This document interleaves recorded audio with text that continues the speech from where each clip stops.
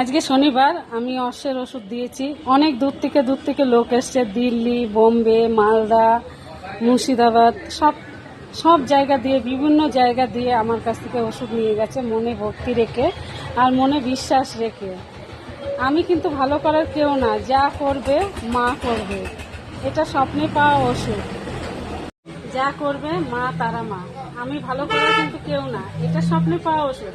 আর আমি কোনো পয়সা করি খাই না, মনে ভক্তি রেখে মার কাছে 1 টাকা পারবে 1 টাকাই দেবে, বেশি টাকা না। এটা বিনা পয়সার ওষুধ, এটা স্বপ্নে পাওয়া ওষুধ। আর আমি ভিডিও করার টাইম পাইনি, আমি ওষুধ দেবো না ভিডিও করবো, কেউ মোবাইল ধরার জন্য ছিল না, তো আমি এখন ফাঁকা হয়েছি, আমি ভিডিও বানাচ্ছি। এদিকে আমার হোটেলে নিরামিষ খাবারও পাওয়া যায়, আর যে আসবে শনি মঙ্গলবার নিরামিষ খেয়ে আসবে।